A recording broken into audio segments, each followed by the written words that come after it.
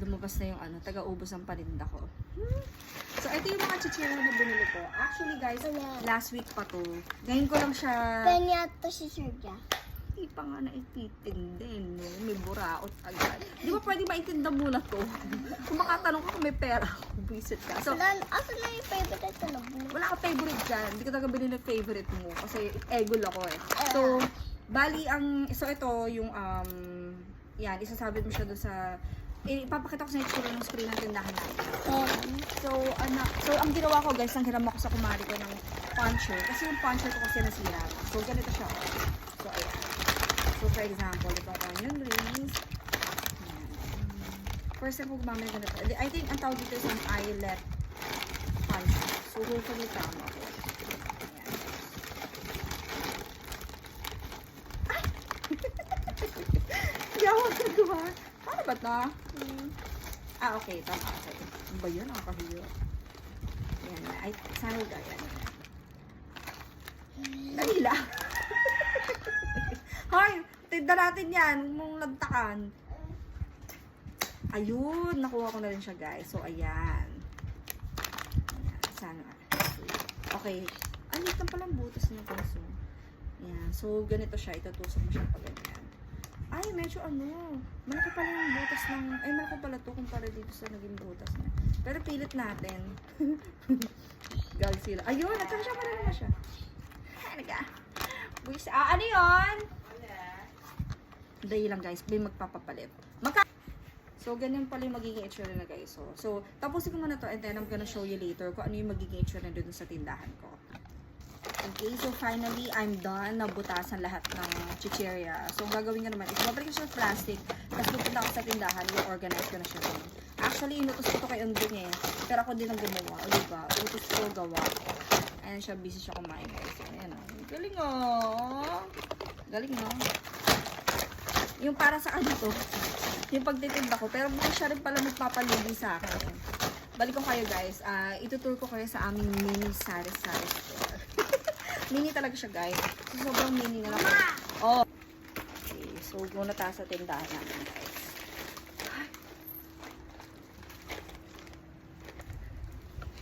So, tapat lang naman siya ng bahay natin. So, we're here. So, on the left side is yung coffee vending machine. And then the right side is yung printing area. So, mostly mga suki ko sa mga nagpapaprint.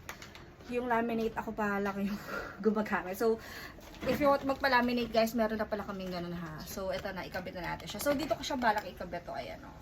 So, dito yung sign ko about my... Nahiya bigla kasi may dumaan. Oh my God, nakakaya pala mag-vlog. So, ito. Paano ka ba ito ikabit? Pansit Canton. Pansit Canton? Sure talaga to? O sige, anong flavor? Sobrang anghang. Mamaya na tayo guys kasi may bumili yung Pansit Canton. So habang nagpa-vlog ako sa tindahan guys, kasi nga diba i-organize ko na sana yung mga chichirya ko. May umorder sa akin ng Pansit Canton. So ito lang yung Pansit Canton na binibenta ko, yung Lucky Me na brand. So lahat ng flavors from, correction pala. So wala pa ako ng regular kasi parang feeling ko wala masyadong may gusto. So ang mabilis sa akin is yung calamansi. Tas eto. So, ang gusto nyo na is yung super ahang. So, ito yun. Kasi ito naman yung maahang na flavor na alam ko eh. So, this is ang 35 pesos. So, ito siya. Tapos, itong styro. Hati ko pa yan sa gitna. Kasi usually kinakain naman nila agad eh. So, hindi naman siya kailangan ng takip. So, what I'm gonna do is, hati ko siya sa gitna.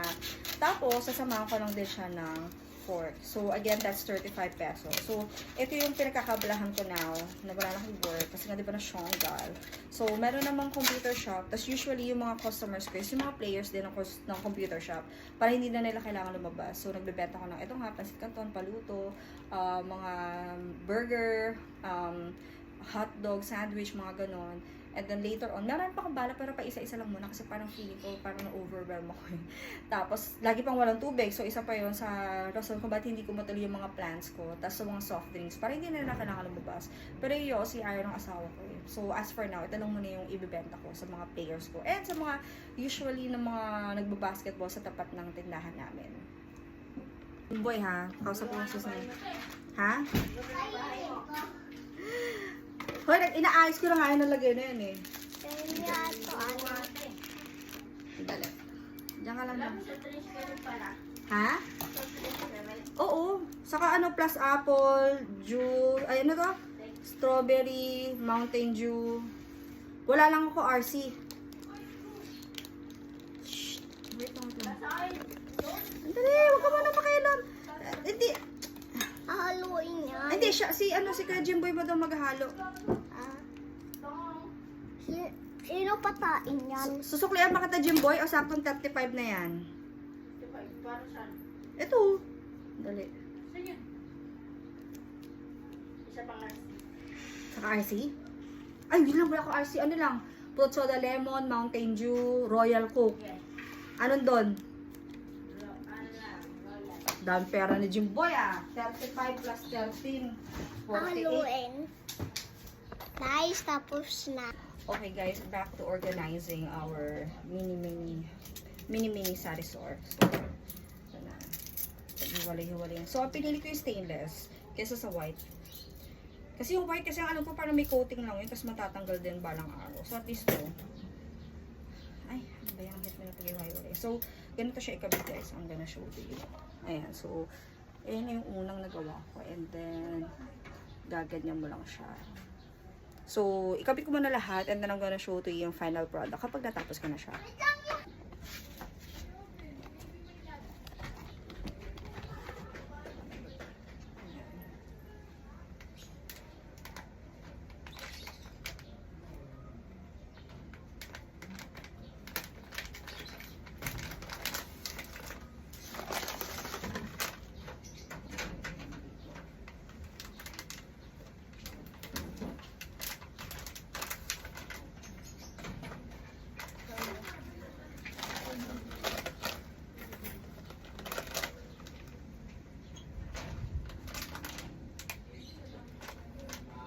Ah?